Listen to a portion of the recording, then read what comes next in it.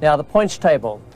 It is a very, very unusual situation. You have New Zealand, England and South Africa in double figures there with 14, 11 and 10. Now, Pakistan already have defeated New Zealand in New Zealand today and have gone to 9 points.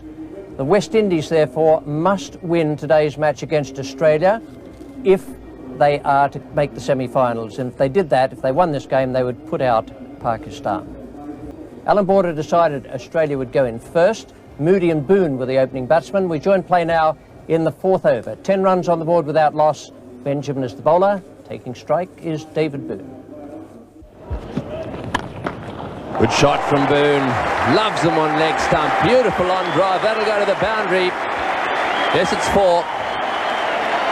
So that takes the pressure off the Australians just a little bit. They needed a boundary. And Boone has delivered. Yes, he drives beautifully on both sides of the wicket, David Boone, particularly in this area. He just waits and hits it with a full face, helps it on its way, beats the wideish mid-on, and it's going to be 4 all the way. To make Winston Benjamin think about his line as well. Oh, and that's called no ball, and it's also been missed by the keeper and it's gone for 4. Well, that's a bit of a blow for the West Indies. Ambrose digging the ball in there, and underneath went Boone, and it was then missed by David Williams.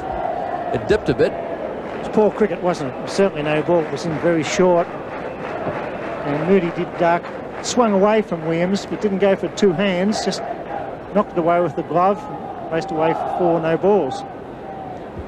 Yes, it was clearly a little bit of swing after the ball pitched. Caught David Williams there. He went for 1 hand but didn't get there. In the air, and he's just missed that. Now Hooper's at first slip. The question is, did it carry? I think it may just have got there. One way or the other, he'll be up a yard, I can tell you that. I think he probably dropped that. He's found the edge, Curtly Ambrose, 2 or 3 times already today. That one was going towards first slip. You couldn't quite tell whether it carried or not. There's the nick. It's a thick edge. It looks to be looping away and diving down, and just in front of Al Hooper, who didn't dive forward but got an unlucky bounce. Yeah, we have a change in the bowling. Anderson Cummins into the gap. Good shot, David Boone. That'll run to the boundary. It's a quick outfield. That's his 2nd boundary as well. Half volley right in the slot there. Boone doing his stuff. And David Boone in superb touch. He's been driving down the onside. This time he goes through cover. Opened the face just a fraction to beat mid-off. It's always going to be 4. Curtly Ambrose to continue. 8 overs have been bowled. Good shot, Tom Moody. That's the first half volley he's got from Ambrose, and he's smashed it beautifully down the ground. His first boundary. Lovely timing. Yes, just a fraction over pitch, hit it on the up, but hit big follow through and timed it to perfection. The outfield lightning fast, raced away to long on. A good positive start by Moody and Boone here. 4 for 33. He likes bowling against India by the look of it. 5 for and 4 for. There's a noise down the leg side. Loud appeal from all the West Indian fielders in front and behind. Lou's reporter from India, not the least bit moved. He can't quite understand what all the noise is about. Well, Cummins and almost all the West Indian side convinced that David Boone had got some glove on this down the leg side for a comfortable catch. Down to David Williams. He goes straight up. And whether it's glove or just a little bit of forearm, almost impossible to tell, and that's probably why Lou's reporter has stayed where he is, completely unmoved.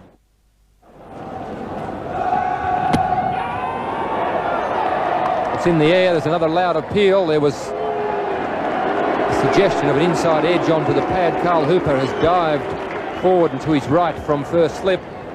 A loud appeal from Anderson Cummins. David Boone unmoved, and so was Toulouse's reporter. Peter reporter's been unmoved all day by the look of it. And again, Anderson Cummins with a very fierce shout. Certainly come off the pad. Hard to tell whether it's hit the bat on the way through or not. But as soon as Hooper caught the ball at first slip, diving away to his right, Cummins went up and looked suitably disappointed not to get the verdict. And Richard Richardson took time off there just to have a quiet word with Anderson Cummins. This one the better length, but David Boone driving on the up. Again times the ball very well. Even the long legs of Curtly Ambrose can't get him there in time.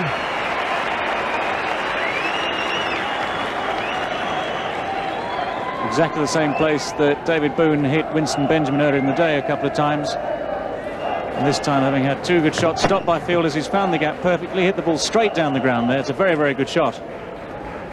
And Curtly Ambrose unable to cut that one off.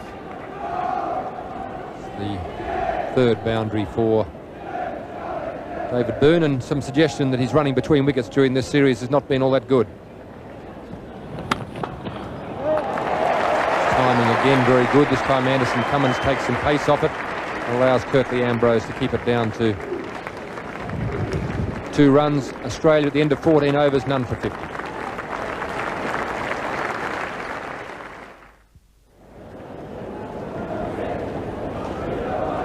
A very good start here for Australia on a very fine day, around about 20 degrees, sunshine, beautiful day here in Melbourne. Perfect day for cricket, and should be a good evening. And whilst Australia now cannot qualify for the semi-finals, Tom Moody decides that with the field up, there's plenty of room in the air. Well, it's certainly been a good start from Australia. And 3 more there to Tom Moody, going over the top. Decided to play this ball on the up. Didn't quite get hold of it, aimed rather more over extra cover than over cover, which is where the ball eventually went. But there, the 50 partnership, 53 runs off 87 balls, and that's a good rate.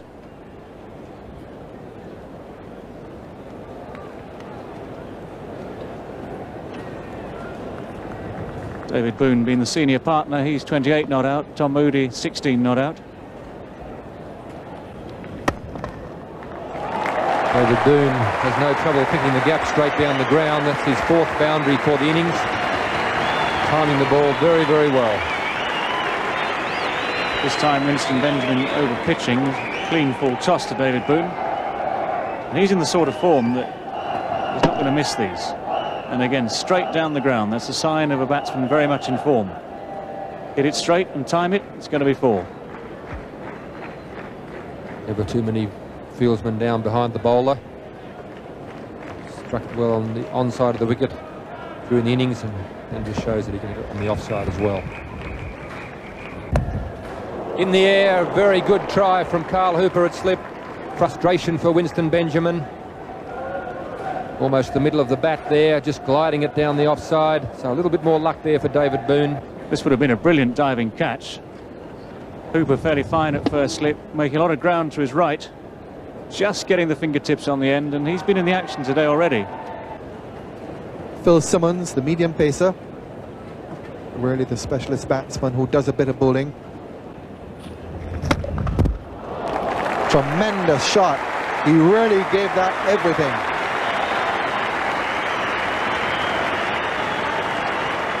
We were just talking to a man a moment ago, Vivian Richards, who hit the ball on this ground with just as much power.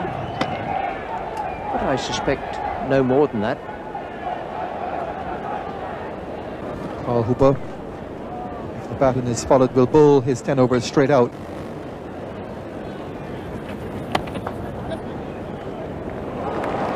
Just past Lara. Desperate effort to save it. Very warm welcome to all our viewers in the Caribbean Broadcasting Union. They'll be watching this match with avid interest. They know now that their team, West Indies, must win to get into the semis. It's the single leg David Boone.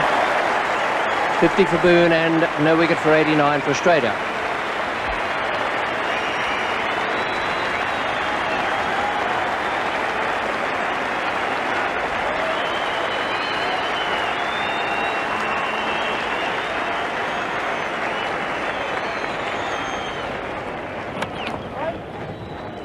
Well, they haven't managed to run him out in this innings, and throughout this tournament, that seems to be about the best way to get David Boone out. He has been in really great form.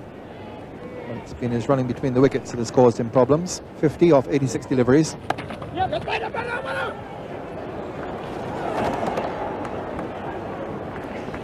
wasn't much in that. Tom Moody takes giant strides down the pitch.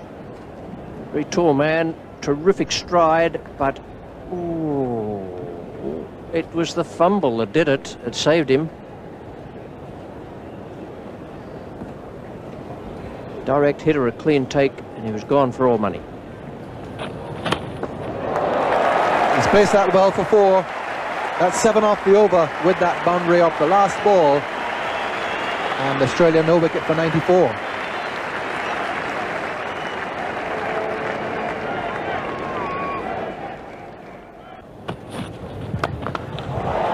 That's how Tom Moody likes to hit them. Hit skimmers. I think, man, you played with Somerset. Brian Close used to encourage players to hit skimmers with.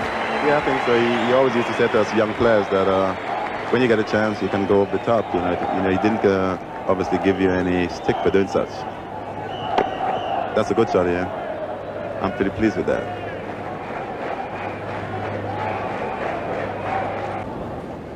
Phil Simmons making a century in one of those matches. This has been the most successful combination for the West Indies. Man out there, and he nearly misjudged that. Not well judged at all by Winston Benjamin. He took it a bit casually, and the ball dropped on him, and in the end he really had to scramble to catch it. I thought he did pretty well, because at some stage I thought he was going down his throat, but for some reason he seemed to have done pretty badly with his judgment, and in the end I think he did well. Richie, I think, would be very pleased. So I think Richie Richardson would be relieved to get the wicket. You see here that Benjamin at the last minute has to dive forward and gets it just centimetres from the ground. So Phil Simmons has struck, and Australia losing the first wicket at 107. Then Jones batting at number 3. He comes in to replace Tom Moody.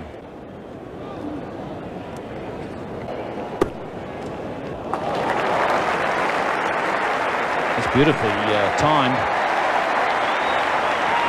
Well, the score has moved up now to 124 for 1 in the 31st over.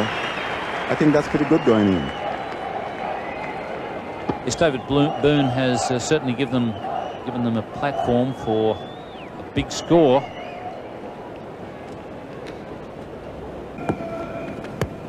And taken. David Williams, the keeper, takes that one pretty comfortably. So Dean Jones on his way, and Anderson Cummins has struck a good blow for the West Indies. Actually, I think that was a little bit too close to cut, and it followed him, and for some reason he didn't get away with it. I think David Williams did the polishing up in the end, where he had 2 hands to it and took a rather comfortable catch. That's the second wicket down for Australia. The score at 128. Alan Border back in the number 4 position that he's occupied for many years as Australian captain. And there's an example of a good cut shot too, beautifully timed by Border into the fence for 4, just backward of point. Harper tried to get to it, but it was right off the meat of Border's bat. Lovely shot. Alan has struggled for timing during this series. He didn't have any trouble with this one. One of his favourite shots, the cut shot, one that we've seen from him so often in the past, not so often during the World Cup. He looks in a very aggressive and confident mood at the moment.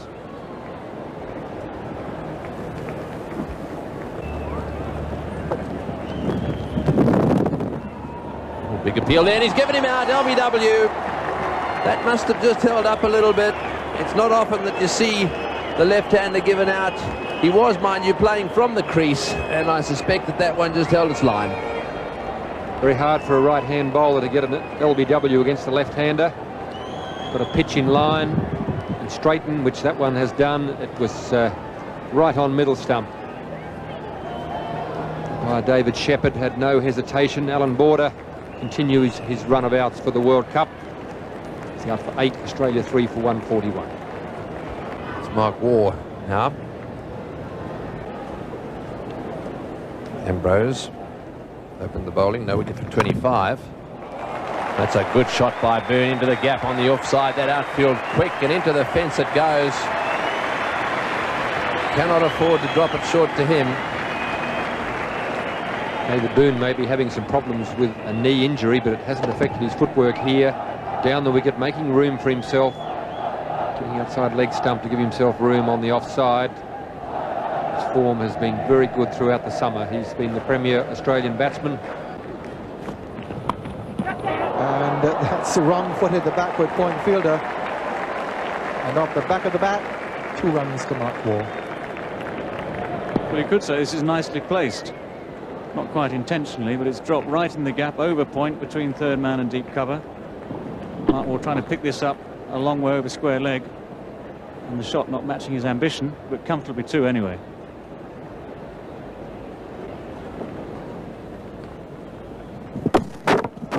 Well, he's got him this time. Or has he? Williams has got him. Took a little time to do so. And again, very good bowling by Hooper. This time sending it down the leg side. And Mark Waugh has been stumped. Well, David Williams did well in the end. It wasn't the cleanest of takes, but he managed to get the ball back to the stumps. Hooper fires it down the leg side. And you can see a little fumble there from David Williams. Mark Waugh thinks he might just got away with this one, but eventually the finger goes up. And West Indies are allowed a little gentle celebration, and it's the end of Mark Waugh for 21. Australia are 4 for 185. So one Waugh replaces another, with Steve coming in at the dismissal of Mark.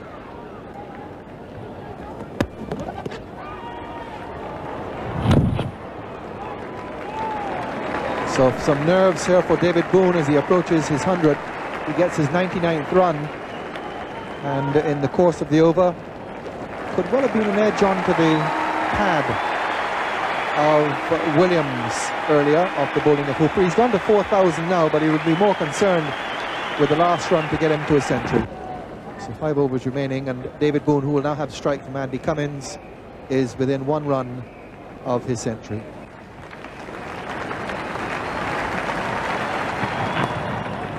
And that's it. So David Boone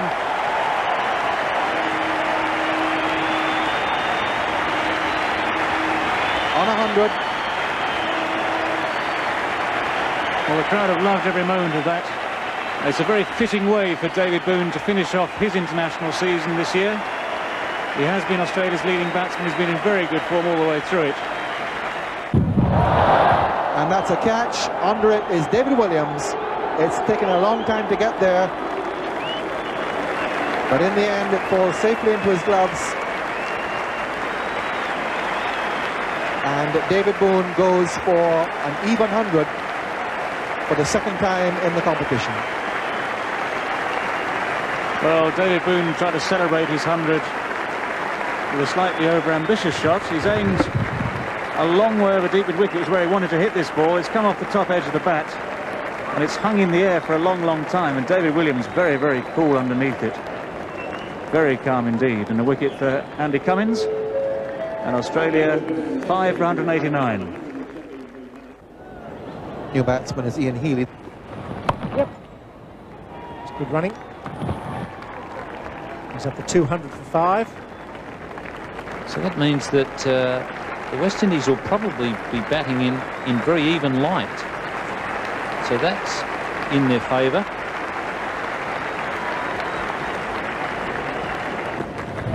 It's got him. He's bowling with his last delivery. Yorker. Perfect length. That's a vital wicket for the West Indies.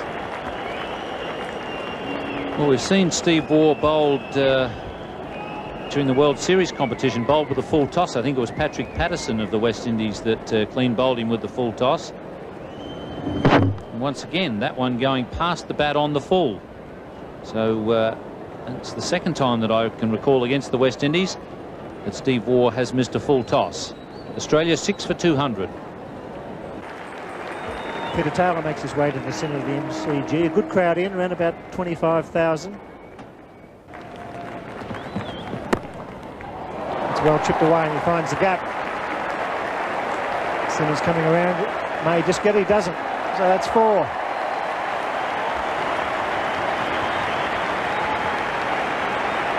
a very big man, Phil Simmons. He had a long run there. A sprint of anything up to 60 metres. It was nicely placed. On that occasion, Taylor getting to the ball on the half volley.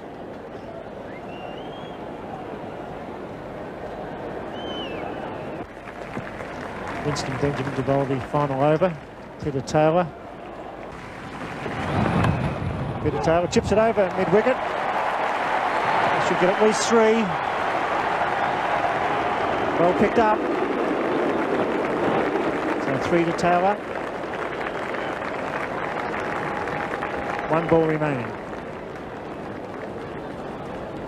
Similar sort of players, Ian Healy and Peter Taylor. Both players hit the ball into the gaps pretty well, run well, don't clear the boundary. They're not going to hit 6s, but they'll hit a few boundaries. In between time, pick up a lot of 1s and 2s. Final ball, that struck to deep cover. Roger Harper, they don't come back for the second. So after 50 overs, Australia 6 for 216. That was a great performance from the West Indians. It looked to me as though Australia was set for 240, even at a pinch 250, and they clawed their way back. Richie Richardson's side, a very good effort. 6 for 216, 42 to Moody, a century to Boone, who retains his form. Jones and Border missed out. Mark Waugh 21 and Steve Waugh missed out. Unbeaten Healy on 11 and Taylor on 10. And the bowling figures for the West Indies, it was down the bottom where the damage was done. Ambrose none for 46 and Benjamin none for 49. But Simmons 2 for 40, Hooper 1 for 40 and Cummins 3 for 38. So it depends entirely on whether or not the West Indies can hold their nerve out there. They've got a big job in front of them.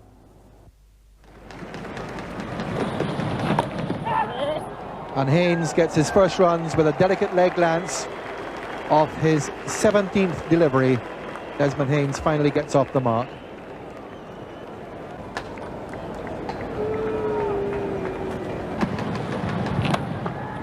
Oh, that's a glorious shot. It's another boundary for Brian Lara. That's his 38th in the competition. And a typical Brian Lara shot. I bet he hasn't hit too many better than that. That was a beautiful shot. And as you'll see, he hits it and virtually stands there. Just a little jog to the other end, but not much more than that. Oh, he's really got onto that.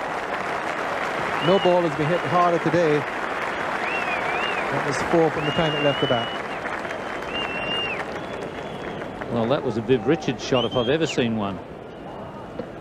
So Viv used to whack him away over square leg. Beautiful shot. He's out, caught at square leg off a full toss. Dean Jones holding in the catch. And Desmond Haynes will be very annoyed with himself.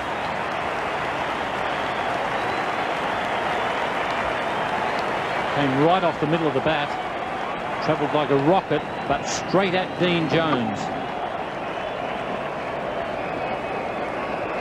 So there's a nice break for the Australians.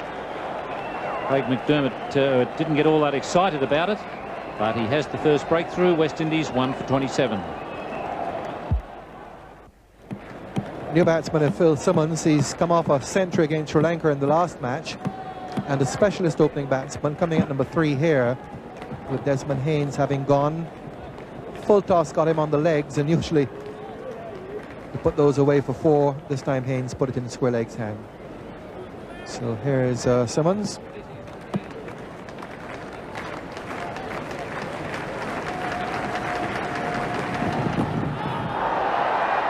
He's given him first ball, leg before. Umpire reporter raises the finger, and Simmons goes first ball.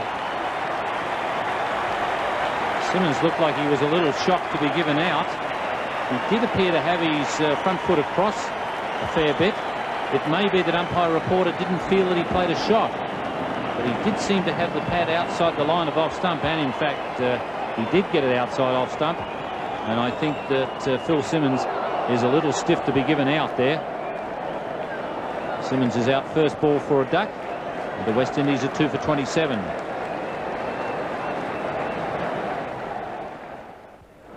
So a big occasion here for the West Indies captain Richie Richardson. He comes out with his team needing to win this match to go into the semi-finals of the World Cup. Slightly in the air. Should be good enough to get 3.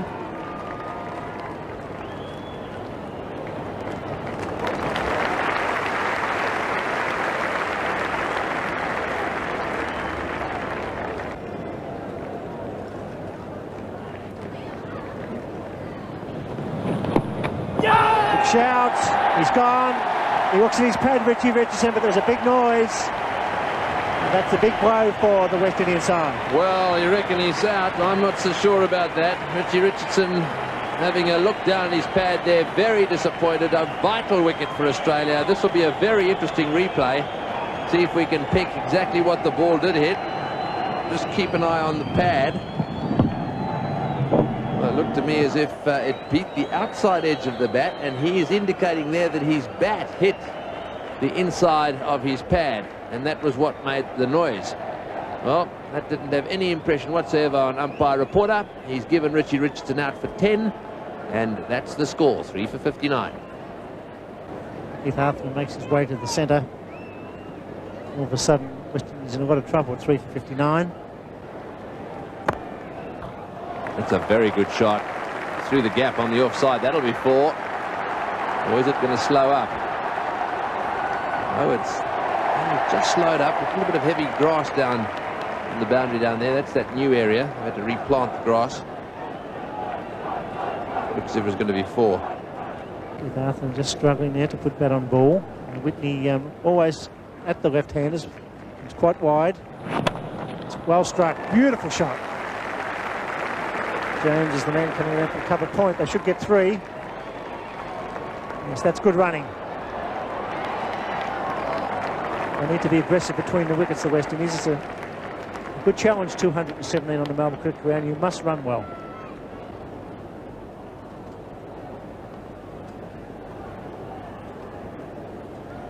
There it is. It's 150.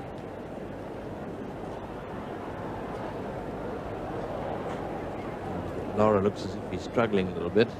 Pull a few faces out there. He's obviously got a problem with one of his legs.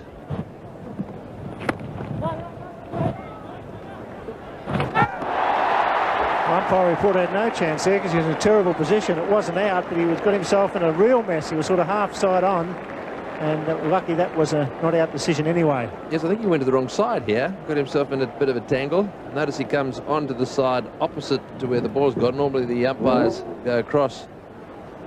And the other problem was that the batsman didn't run his bat in. Just keep an eye here on Arthurton's bat as he gets near. Instead of running it in, he sort of puts it down.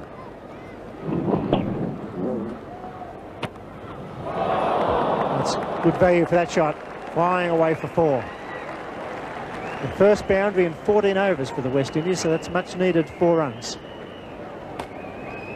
Yes, if you give him a little bit of room and have a nice hard flash at it, anything can happen, and very often in one-day cricket the ball flies away through the vacant slip cordon area.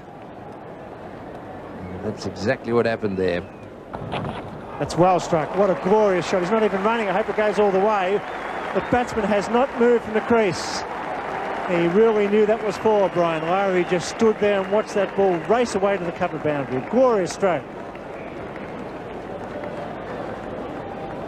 After them, the batsman, look at that. That's 4. Border with a chance, hits it but not out. Beautiful piece of fielding by Border, coming in from mid-wicket, hit the stumps. Does this man ever miss? Yes, he does quite often, but on this occasion he didn't. And the batsman is home easy. And umpire reporter right in position this occasion. Border in there quickly. Good throw by Border, and the batsman back in there by about 6 or 7 inches. So one way or the other, very hard to give, even if he was just out of his ground. That's pretty straight. This time Steve Waugh unable to cut it off. The outfield's pretty fast, and he's not going to be able to catch it. It's a beautifully timed shot It's one thing that has always been a hallmark of West Indian batting, is the magnificent timing. He didn't seem to hit that, you know, too hard, but knowing Keith and knowing the physique that he carries, you know, he's a strong little man.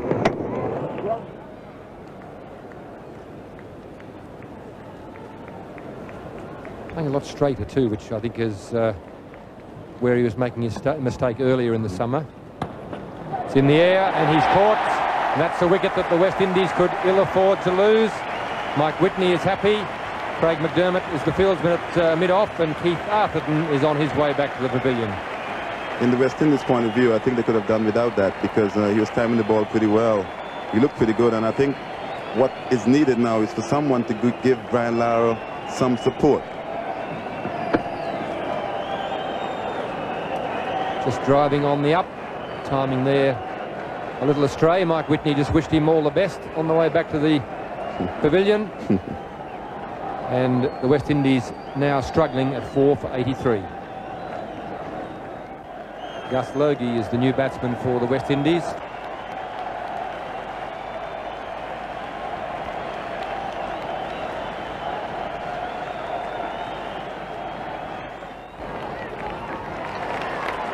Every run is important in this situation. Just a few byes there. Ian Healy beaten by the flight. The West Indies at the end of the over, 4 for 91.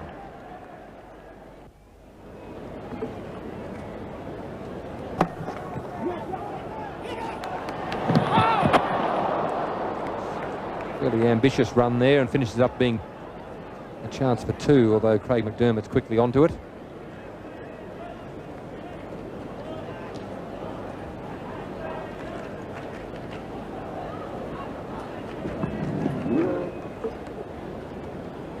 It looked at in the end that it was a reasonably judged single, because he got in with time to spare.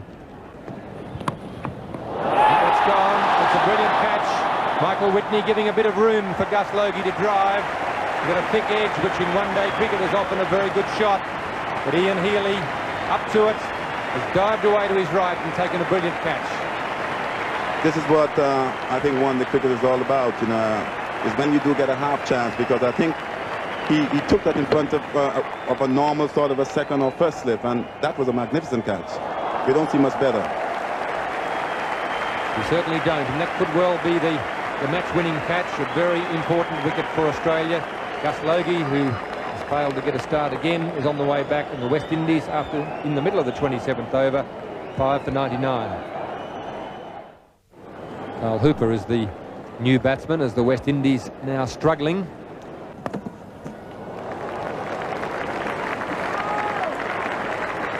That's a magnificent shot, Greg.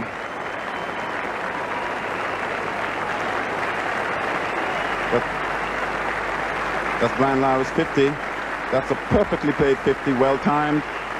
I think he will need to get a little bit more than that, you know, for West Indies to have any chance to win this game here tonight.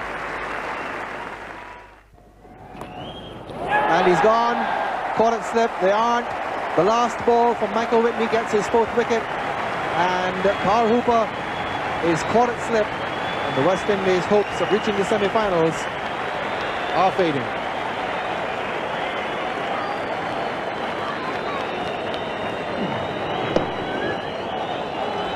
It was beautifully bowled. It cut away from the right hand, drew him into the stroke, and some of those viewers we were talking about in the Caribbean may just have switched off. 6 for 117 in 31.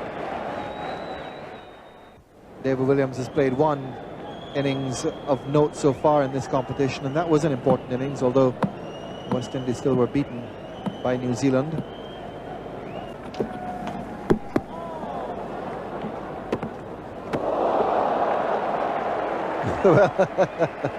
Poor David Williams copped one on the side of the face there. Ian Healy, the keeper, throwing the ball back. Must have been very close to being bowled. It's a slower ball from Moody. And then straight off Zanbat. It's always very wise to wear a helmet when you're batting. You never know what might happen.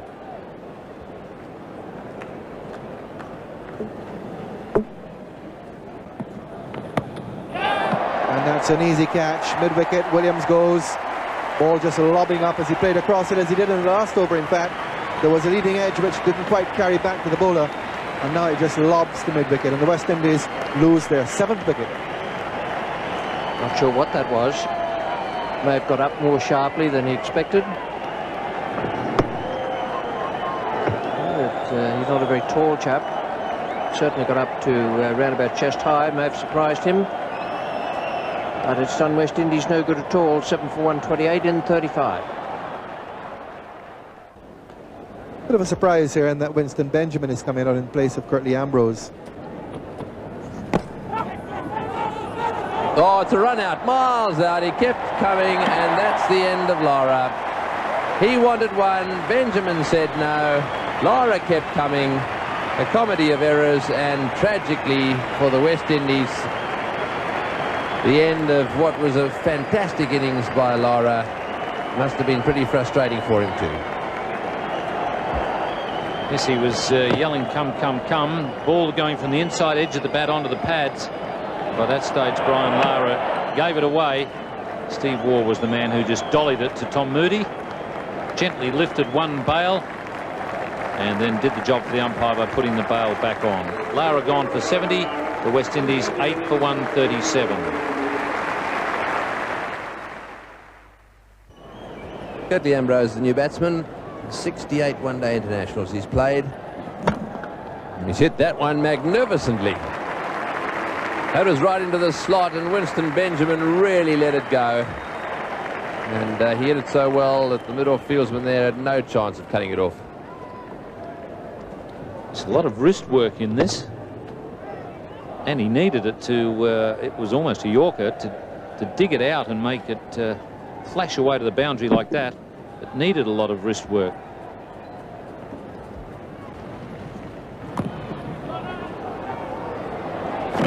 Oh, that could be out. Yes, he's given him, and he's, oh, I tell you what, stump abuse. Almost had to go at the stumps there. And that must be really frustrating. Benjamin won't get out of his block. And Curtly Ambrose is not happy at all. Mind you, I think Benjamin sent him back with good reason on this occasion. I think Curtly is out of the Wes Hall school for running between wickets, where every ball that's delivered at you, you've got to run. Mark Taylor was the fieldsman on that occasion, who's thrown him down. Curtly Ambrose run out for 2. It's 9 for 150. Anderson Cummins is the new batsman, just 25 years of age. Cummins' partner has 5.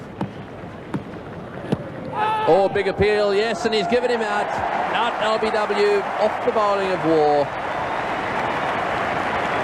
So Benjamin given out, trying to play one of those risky drives, and the Australians have won, and what's more, they've won pretty comfortably. Well, Stevie Waugh, a little bit of late in-swing there, has just defeated Winston Benjamin's intended lofted on drive. The West Indies have failed comfortably to achieve their target of winning this match, and therefore a place in the semi-finals. It's been a very good performance, belatedly, by Australia. Semi-finalists we now know are New Zealand, England, South Africa and Pakistan, and one will play 4. That's New Zealand will play Pakistan,